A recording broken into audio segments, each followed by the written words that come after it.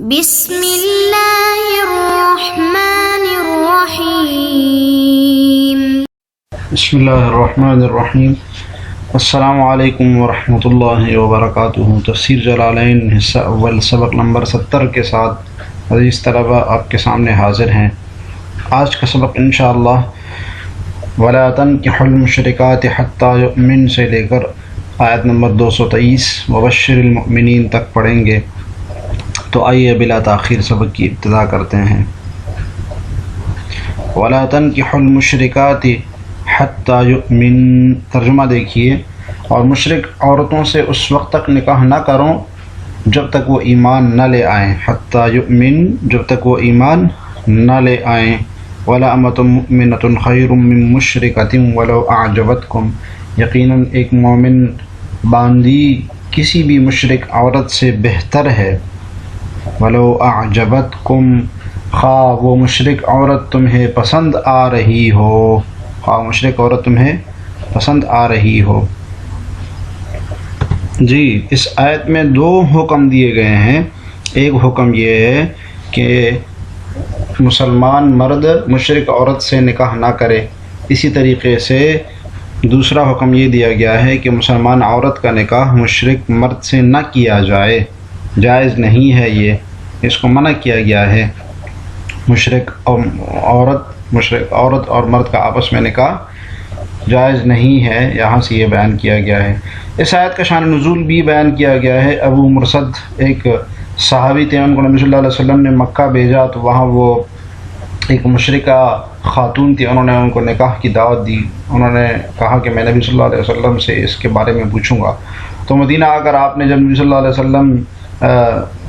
کو واقعہ سنایا اور پوچھا کہ کیا میرے لیے اس سے نکاح کرنا جائز ہے، تو اس پر یہ آیت نازل ہوئی کہ وَلَا تَنْكِحُوا الْمُشْرِكَاتِ وَلَا تَنْكِحُوا الْمُشْرِكَاتِ تَتَزَوَّجُوا أَيُّهَا الْمُسْلِمُونَ، یہ تنکحو مطلب تتزوجوا یعنی نکاح کرو، اپنی خود شادی نہ کرو اے مسلمانوں مشرک عورتوں سے، ای الکافرات، جی کافر عورتیں مراد ہیں، کافرات مراد ہے۔ حتیٰ یؤمن، یہاں تک کہ وہ ایمان لائے۔ وَلَأَمَةٌ مُؤْمِنَةٌ خَيْرٌ مِّن مُشْرِكَةٍ، مومن باندی مشرکہ عورت سے بہتر ہے۔ حرۃ، کون سی مشرک عورت، کون سی مشرک؟ جو کہ آزاد ہو، تو آزاد مشرکہ عورت سے مومن باندی بہتر ہے۔ لأن سبب نزولها، مشرکہ عورت کیوں مراد ہے، عام مشرکہ کیوں نہیں مراد؟ لأن سبب نزولها العیب علی من تزوج امۃ مؤمنۃ، اس لیے کہ اس آیت کا سبب نزول ہی اس بارے میں تھا کہ اس کو معیوب سمجھا گیا تھا، مومن باندی کے ساتھ شادی کرنے کو معیوب سمجھا گیا تھا۔ وترغیب فی نکاح حرۃ مشرکۃ، اور مشرکہ عورت جو کہ آزاد تھی اس سے نکاح کرنے میں رغبت رکھی گئی تھی۔ تو اس کا شان نزول بھی یہی ہے، جیسے کہ ہم نے بیان کیا ابو مرصد غنوی رضی اللہ عنہ کے بارے میں کہ وہ نکاح مشرکہ حرہ جو تھی اس میں دلچسپی رکھتے تھے۔ وَلَوْ أَعْجَبَتْكُمْ، اگرچہ مشرکہ حرہ آزاد مشرکہ جو ہے تمہیں خوش کر دے، تمہیں پسند ہو، لِجَمَالِهَا، اس کے جمال کی وجہ سے، وَمَالِهَا، اور اس کے مال کی وجہ سے۔ عورت کے ساتھ دو وجہ سے محبت ہوتی ہے، عورت دو وجہ سے اچھی لگتی ہے، ایک حسن و جمال کی وجہ سے، اور دوسرا اس کے مال کی وجہ سے۔ اگر وہ مالدار ہو تو خود بخود خوبصورت ہو جاتی ہے، اور اگر وہ حسین ہو تو اگرچہ مال والی نہ ہو تو مرد کو متاثر کر لیتی ہے۔ وَهَذَا مَخْصُوصٌ بِغَيْرِ الْكِتَابِيَّاتِ بِآیَةِ الْمَائِدَةِ، یہ ایک سوال کا جواب ہے کہ مشرک عورت میں کتابی عورت شامل ہے یا نہیں ہے؟ کتابیہ عورت وہ شامل ہے کیا؟ کیونکہ وہ بھی تو یہودی ہے یا نصارہ ہے، ان کے عقائد بھی تو غلط ہوتے ہیں، قرآن نے اس کی تصریح کی ہے، تو کیا اس میں شامل ہے یا نہیں ہے؟ تو جواب دے رہے ہیں کہ وہ اس میں شامل نہیں ہے، بلکہ سورہ مائدہ کی آیت المحصنات من الذین اوتوا الکتاب کے تحت وہ اس حکم سے نکل گئی ہے، مشرکہ عورت سے نکاح کرنے کے حکم سے وہ نکل گئے۔ بعض رات نے کہا کہ وہ والا حکم جو خاص حکم ہے وہ اس آیت میں منسوخ ہے، آیت محصنات کی روح کہ وہ وہاں پر محسن وہ عورتیں جو کہ اہل کتاب میں سے ہے ان کے ساتھ نکاح کرنے کو جائز قرار دیا گیا ہے 5ویں سپارے کے شروع میں ہی سورہ مائدہ۔ تو وہ اس آیت کے تحت اس آیت میں یہ والا حکم منسوخ ہے کہ مشرکہ کتابی عورت سے نکاح کرنا جائز نہیں ہے۔ ٹھیک ہے، عام مشرقہ حرہ سے نکاح کرنا جائز نہیں، ناجائز ہے، کتابیہ کے ساتھ نکاح کر سکتے ہیں، لیکن حدیث کی روح سے مناسب نہیں ہے، غیر مناسب ہے کہ ایک مسلمان عورت موجود ہے اور اس کے باوجود ایک کتابی عورت کے ساتھ نکاح کیا جائے، تو یہ غیر مناسب بات ہے۔ تو کیونکہ آپ نے فرمایا فَاصْفَرْ بِذَاتِ الدِّينِ تَرِبَتْ يَدَاكَ، کہ دین کو ترجیح دے جو نکاح کرنے میں۔ وَهَذَا مَخْصُوصٌ بِغَيْرِ الْكِتَابِيَاتِ، یہ مخصوص ہے کتابیات، کتابی عورتوں کے بغیر، جو کہ آیت سورہ مائدہ کی آیت میں آیا ہے اس کے ذریعے، والمحصنات من الذین اوتوا الکتاب، یہ والی آیت ہے۔ ولا تنکحوا تزوجوا، اور نکاح نہ کرو اپنی عورتوں کا، ترجمہ دیکھیے اس کا ترجمہ ہم نے نہیں کیا تھا، اور اپنی عورتیں کا نکاح مشرک مردوں سے نہ کرا، ولا تنکحوا المشرکین حتی یؤمنوا، یہاں تک کہ وہ ایمان لے آئیں، والعبد مؤمن خیر من مشرک، اور یقیناً ایک مومن غلام کسی بھی مشرک مرد سے بہتر ہے، ولو اعجبکم، خواہ وہ مشرک مرد تمہیں پسند آ رہا ہو، اولئک یدعون الی النار، یہ سب آگ کی طرف بلاتے ہیں، واللہ یدعو الی الجنۃ، اور جبکہ اللہ اپنے حکم سے جنت اور مغفرت کی طرف بلاتا ہے۔ تفصیل دیکھیے، ولا تنکحوا تزوجوا المشرکین ای الکفار المؤمنات، الکفار المؤمنات، یعنی کفار مردوں کا مومن عورتوں کے ساتھ نکاح نہ کرواؤ، حتی یؤمنوا، یہاں تک کہ وہ ایمان لے آئے، والعبد مؤمن خیر من مشرک ولو اعجبکم لمالہ ولجمالہ، جی مرد کے اگرچہ وہ تمہیں اچھا لگے اس کے مال کی وجہ سے یا اس کے جمال کی وجہ سے، تو مرد جو اچھا لگتا ہے، پسند آیا جاتا ہے، عموماً اس کے مال کی وجہ سے ہوتا ہے۔ سب سے پہلے اس کا مال دیکھا جاتا ہے کہ مال کے اعتبار سے کیسا ہے، کیسی نوکری ہے، کتنا کماتا ہے، کیسے رکھے گا اپنے بچوں کو، اور دوسرا اس کے جمال کی وجہ سے کہ اچھا کیسے دکھنے میں کیسا ہے۔ اولئک ای اہل الشرک، جی مشارہ علیہ کا بیان کہ یہ اہل شرک جو ہے یدعون الی النار، آگ کی طرف بلاتے ہیں، بدعائہم الی العمل الموجب لہا، اپنی بلانے کے ذریعے جو کہ جہنم کا موجب ہوتا ہے، جو اس چیز کی طرف بلاتا ہے تو وہ جہنم کا موجب بن جاتا ہے، فلا تلیق، تو مناسب نہیں ہے مناکحتہم، ان کے ساتھ نکاح کرنا۔ تو دیکھیں، عورت کے ساتھ، مشرکہ عورت کے ساتھ نکاح کرنے کو منع اس لیے کیا گیا ہے کہ دین ایک نہ ہونے کی وجہ سے آپس میں مناسبت نہیں ہوگی، اور جب مناسبت نہیں ہوگی تو جھگڑے ہوں گے اور رشتہ صحیح نہیں چلے گا۔ اور دوسرا یہ کہ اگر مناسبت ہو گئی تو مشرکہ عورت کے ساتھ پھر محبت ہو جائے گی، اور اس کے رہتے ہوئے اس کے مشرکانہ عقائد کو قبول کیا جائے گا اور اس پر خاموشی کا اظہار کیا جائے گا، جو کہ غلط بات ہے، اس لیے منع، یہ حکمت ہے۔ تو اس بتایا بدعائہم الی العمل الموجب لہا، وہ جہنم کی طرف لے جاتی ہے اس کے ساتھ، فلا طریق مناکحتہم، اس لیے ان کے ساتھ نکاح کرنا مناسب نہیں ہے۔ واللہ یدعو، اور اللہ تعالیٰ تو بلاتے ہیں، علی لسان رسولہ، اللہ تعالیٰ کیسے بلاتے ہیں؟ اپنے رسولوں کی زبان پر، الی الجنت، جنت کی طرف، والمغفرت، اور مغفرت کی طرف بلاتا ہے، بِإِذْنِهِ، اپنے حکم کے ساتھ، وَيُبَيِّنُ آیَاتِهِ لِلنَّاسِ، اور لوگوں کے لیے کھول کھول کر صاف صاف بیان کرتا ہے اپنی آیات کو، لعلہم یتذکرون، تاکہ وہ نصیحت حاصل کرے۔ والمغفرت ای العمل الموجب لہما، یعنی ایسے عمل کی طرف اللہ تعالیٰ بلاتے ہیں جو کہ جنت اور مغفرت کا موجب بنے، بِإِذْنِهِ، اپنے حکم سے، بِإِرَادَتِهِ، یہ اذن سے مراد کیا؟ ارادہ، اپنے ارادے سے بلاتے ہیں، فَتَجِبُ إِجَابَتُهُ بِتَزْوِيجِ أَوْلِيَائِهِ، تو پھر اس کی اجابت، اس کا ماننا ضروری ہے۔ کس طرح؟ صورت کیا ہے؟ بتزویج اولیائہ، کہ اس کے اولیاء، اس کے ساتھیوں کے ساتھ، یعنی جو مومن ہیں ان کے ساتھ شادی کی جائے، لعلہم یتذکرون، یتعظون، تاکہ وہ نصیحت حاصل کرے۔ ویسألونک عن المحیض قل هو اذن فاعتذروا النساء فی المحیض، ترجمہ دیکھیے، اور یہ لوگ آپ سے حیض کے بارے میں پوچھتے ہیں، قل هو اذن، آپ کہہ دیجئے کہ وہ گندگی ہے، فاعتذروا النساء، لہذا حیض کی حالت میں عورتوں سے الگ رہو، فاعتذروا النساء فی المحیض، لہذا حیض کی حالت میں عورتوں سے الگ رہو، ولا تقربوہن حتی یطہرن، اور جب تک وہ پاک نہ ہو جائے ان سے قربت، یعنی جمع نہ کرو، ولا تقربوہن، ان سے جمع نہ کرو، حتی یطہرن، جب تک وہ پاک نہ ہو جائے، فاذا تطہرن، اور جب وہ پاک ہو جائے، فأتوہن من حیث امرکم اللہ، تو ان کے پاس اسی طریقے سے جاؤ جس طرح اللہ نے تمہیں حکم دیا ہے، فأتوہن، ان کے پاس اس طریقے سے جاؤ، من حیث امرکم اللہ، جس طرح اللہ نے حکم دیا ان اللہ یحب التوابین و یحب المتطہرین، بے شک اللہ تعالیٰ ان لوگوں سے محبت کرتا ہے جو اس کی طرف کثرت سے رجوع کرتے ہیں۔ یحب التوابین، ان لوگوں سے اللہ تعالیٰ محبت کرتے ہیں جو اس کی طرف کثرت سے رجوع کرتے ہیں، وَيُحِبُّ الْمُتَطَهِّرِينَ، اور ان لوگوں سے محبت کرتا ہے جو خوب پاک صاف رہتے ہیں۔ جی اس آیت میں حیض کی حالت میں جماع اور حیض کی حالت میں قربت سے منع کیا گیا ہے۔ حالت حیض میں صحبت کو ناجائز قرار دیا گیا ہے، کیونکہ اس وقت عورت کا بدن پاک ہوتا ہے، نیز فریقین میاں بیوی دونوں کو بیمار ہونے کا بھی اندیشہ ہوتا ہے، اس لیے ترجیح یہ دی گئی ہے کہ اس حالت میں صحبت نہ کی جائے بلکہ اس کو حرام قرار دیا گیا ہے، اور عارضی طور پر امتی کو اس وقت حرام قرار دیا جاتا ہے، کیونکہ اس میں نقصان ہوتا ہے، تکلیف ہوتی ہے عورت کو بھی اور مرد کو بھی۔ مشرکین میں یہ بات، یہود میں یہ بات مشہور تھی کہ وہ حالت حیض میں بالکل قریب نہیں جایا کرتے تھے، تو مسلمانوں نے بھی پوچھا کہ حالت حیض میں کیا حکم ہے، تو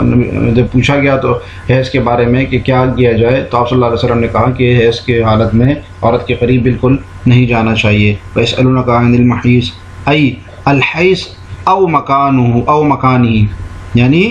حیض کے بارے میں آپ سے سوال کرتے ہیں، او مکانہ، یا حیض کے مکان کے بارے میں آپ سے سوال کرتے ہیں، یعنی کہ جب حیض آتا ہے تو اس وقت تو تین باتیں ہو سکتی ہے، یا تو حیض کے بارے میں سوال کیا گیا ہو، محیض یہ مصدر ہے تو یا تو حیض کا آنا مراد ہے مصدری معنی جیسے کہ لیا گیا ہے ای الحیض، یا یہ کہ حیض کا مقام او مکانہ، مقام حیض مراد ہے اس کے بارے میں سوال ہے، یا یہ کہ یہ ظرف زمان بھی ہو سکتا ہے حیض کا زمانہ، کہ حیض کے زمانے میں کیا کیا جائے، تو بنیادی سوال اسی کے بارے میں ہے، ماذا یفعل بالنساء فیہ، یعنی حیض میں جو حیض کا زمانہ ہوتا ہے اس میں عورتوں کے ساتھ کیا کیا جائے۔ قل هو اذن، فرمایا کہ وہ تکلیف ہے، قذر تکلیف ہے، ٹھیک ہے، او محلہ، یا اس کا محل، اس کا جو محل ہے وہ تکلیف ہے، تو یہ لفظ نشر مرتب ہے۔ اگر حیض مراد ہے تو پھر حیض کے بارے میں سوال کرتے ہیں تو فرمایا کہ وہ قذر بوجھ ہے، تکلیف ہے، اور اگر اس کے مکان کے بارے میں تو فرمایا کہ وہ جو تکلیف جگہ ہے اس میں تکلیف ہوتی ہے۔ فاعتزلوا النساء اترکوا وطأہن، فاعتزلوا النساء اس کا مطلب بتایا، مصداق کیا ہے کہ ان وتی کو چھوڑ دو، الگ ہو جاؤ عورتوں سے، یعنی وتی کرنا چھوڑ دو، فی المحیض حالت حیض میں، ای وقت ہی او مکان ہی، دو مطلب ہو سکتے ہیں کہ اس محیض ظرف زمان ہوگا تو حیض کے وقت میں، او مکان ہی، یا ظرف مکان ہوگا تو جو حیض کا مکان ہے جہاں سے حیض آ رہا ہے وہاں سے دور ہو جاؤ، ولا تقربوہن، اور قریب نہ جاؤ، بالجماع، جی صورت قربت، جماع کرنے کے ذریعے، یعنی جماع نہ کرو، حتی یطہرن، یہاں تک کہ وہ پاک ہو جائے، بسکون الطاء، یطہرن، طاء کے سکون کے ساتھ ہے، وتشدیدها یطہرن، یا طاء اور ہا دونوں کے، وتشدیدها والہا، اور ہا تا اور ہا دونوں کے تشدید کے ساتھ ہے۔ دوسری قراءت وفی ادغام الطاء، دونوں قراءتیں ہیں، یطہرن بھی ہے اور یطہرن بھی ہے، اور تو دوسری قراءت جو یطہرن ہے اس میں وفی ادغام الطاء فی الاصل فی الطاء، اس میں تا کو طا کیا جاتا ہے، جو تفاعل کا تا ہوتا ہے اس کو طا کیا جاتا ہے، اور اس طا کا تا میں طا کیا جاتا ہے تو یطہرن ہوتا ہے۔ یہ پیچھے بھی گزر چکا، فی ادغام الطاء فی الاصل فی الطاء، کہ اصل میں تا کو طا کر دیا، تا کا تا میں طا کر دیا۔ ای مطلب کیا ہے، یغتسلن بعد انقطاعہ، کہ جب غسل کر لیں اس کے منقطع ہونے کے بعد، تو یہ فقہی مسئلے کی طرف ایک اشارہ ہے، جب حیض کا وقت ختم ہو جائے، اس کی جو مدت ہے وہ ختم ہو جائے، اس کے بعد وہ غسل کر لے تو اس کے بعد پھر آپ کر سکتے ہیں، جمع کر سکتے ہیں۔ اس میں مسئلہ یہی ہے، احناف کے یہی ہے کہ اگر ایک نماز کا وقت گزر جائے تو پھر جمع کیا جا سکتا ہے۔ شوافی کے ہاں یہ ہے کہ غسل کرنا ضروری ہے، لیکن احتیاطاً یہ کہ غسل کیا جائے۔ اب حیض کی اقل سے اقل مدت کیا ہے، تو احناف کے ہاں کم سے کم مدت اس کی 3 دن ہے، زیادہ سے زیادہ مدت 10 دن ہے۔ شوافی کے ہاں کم سے کم مدت 1 دن ہے، زیادہ سے زیادہ کی کوئی مقدار نہیں ہے۔ فَإِذَا تَطَهَّرْنَ فَأْتُوهُنَّ مِنْ حَيْثُ أَمَرَكُمُ اللَّهُ، فَإِذَا تَطَهَّرْنَ فَأْتُوهُنَّ لِلْجِمَاعِ، جب پاک ہو جائے تو جماع کے لیے آ جاؤ، مِنْ حَيْثُ أَمَرَكُمُ اللَّهُ، لیکن جہاں اللہ نے حکم دیا ہے، بتجنبہ فی الحیض، حیض میں بچنے کے ذریعے، حیض میں بچنے کا، وہو القبل، اور وہ پیچھے کا راستہ ہے، ولا تعدوہ الی غیرہ، اور اس کے علاوہ کسی اور جگہ کو شمار نہ کرو، یعنی قبل سے منع کیا گیا ہے تو قبل کی طرف سے نہ ہو۔ یہودیوں کی ایک حالت یہ بھی تھی کہ وہ کہتے تھے کہ اگر پیچھے کی طرف سے قبل کی طرف سے جمع کیا جائے تو وہ جو بچہ پیدا ہوتا ہے وہ بہنگا ہوگا، تو اس کا بھی رد ہے یہاں پر کہ ایسی بات کوئی نہیں ہے، بلکہ جو جگہ ہے اصل جو محل ہے حیض آنے والی وہاں پر کیا جائے، قبل پر نہ کیا جائے۔ ان اللہ یحب یثیب و یکرم، اللہ تعالیٰ ثواب دیتے ہیں اور اس کو عزت دیتے ہیں التوابین، جو بہت زیادہ رجوع کرنے والے ہوتے ہیں، من الذنوب، گناہوں سے جو توبہ کرتے ہیں، ویحب المتطہرین من الاقذار، اور بہت پاک صاف رہتے ہیں گندگیوں سے، تو اللہ تعالیٰ ایسے لوگوں کو بہت پسند کرتے ہیں۔ نساؤکم حرث لکم فأتوا حرثکم انا شئتم، ترجمہ دیکھیے، تمہاری بیویاں تمہارے لیے کھیتیاں ہیں، نساؤکم حرث لکم، تمہاری بیویاں تمہارے لیے کھیتیاں ہیں،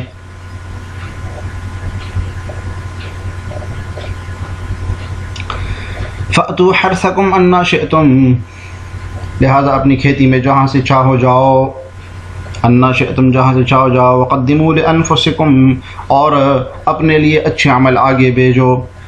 واتقوا اللہ، اور اللہ سے ڈرتے رہو، وعلموا انکم ملاقوہ، جان لو کہ تم اس سے جا کر مرنے والے ہو، اور بشر المؤمنین، اور مومنوں کو خوشخبری سنا دو۔ جی نساؤکم حرث لکم، یہاں سے اس یہود کے اس غلط عقیدے کا بیان ہے، رد ہے اس پر جو کہتے تھے کہ پیچھے کی طرف سے اگر کیا جائے تو بچہ بہنگا پیدا ہوگا، تو پیچھے کی طرف سے ہو یا آگے کی طرف سے ہو لیکن راستہ ایک ہی استعمال کیا جائے۔ جی نساؤکم حرث لکم، تفسیر دیکھیے، ای محل زرعکم للولد، یعنی تمہاری کھیتی کی جگہ ہے، للولد، نسل کے لیے، بچوں کے لیے، اولاد کے لیے، تو یہاں محل زرعکم کہہ کے اشارہ کر دیا کہ حرث لکم سے پہلے محل حرث لکم مضاف محذوف ہے، مضاف محذوف کی طرف اشارہ کر دیا کہ وہ تمہاری کھیتی کی جگہ ہے، کھیتی اگانے کی جگہ ہے۔ یہاں سے شادی کا اور ازدواجی تعلق کا اور جو نکاح ہوتا ہے، باقاعدہ جو ایگریمنٹ ہوتا ہے، اس کا اصل مقصد بتا رہے ہیں کہ اس کا اصل مقصد یہ نہیں ہے کہ تسکین حاصل کی جائے اور فزیکل ریلیشن شپ قائم کر کے صرف اپنی